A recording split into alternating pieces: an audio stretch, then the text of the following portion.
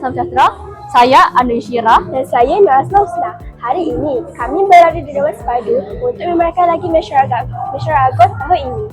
Nampaknya Dewan Sepadu dipenuhi ibu yang cukup bersemangat untuk berbincang masa depan anak-anak mereka. Jadi, jangan ke mana-mana. Ikuti laporan ringkas kami hanya di Syarmin TV. Jom!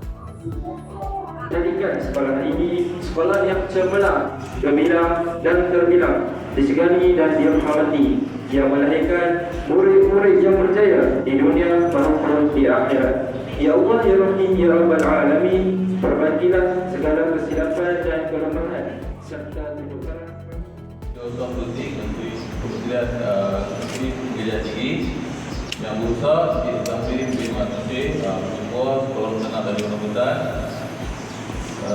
yang berusaha yang semua kanan, guru-guru kanan dan guru pelajaran PTK, PMD, ibu bapa dan saudara semua. Assalamualaikum warahmatullahi wabarakatuh. Assalamualaikum warahmatullahi taala wabarakatuh. Dan salam Malaysia Madani. Salam PR hebat. Jadi alhamdulillah pihak sekolah merakamkan ribuan terima kasih atas kehadiran Encik Ahmad Zahid bin Ahmad Kamal. Assalamualaikum warahmatullahi wabarakatuh. Yang berbahagia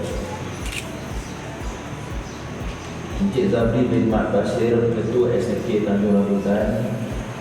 Yang dihormati Encik Nur Hisham bin Fahmi, Tolong Kanan Pentadbiran. Yang dihormati Encik Azman bin Masyah. Assalamualaikum warahmatullahi wabarakatuh dan selamat sejahtera. Saya akan membentangkan nilai Mesyuarat Agong tahunan KIPJ kali ke-24 tahun 2025.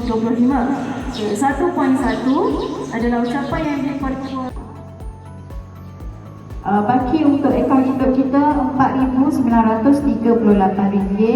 Baki akaun sumbangan pihak luar RM12,869. Baki akaun kecemalangan RM2025 sebanyak RM14,372.2 sen.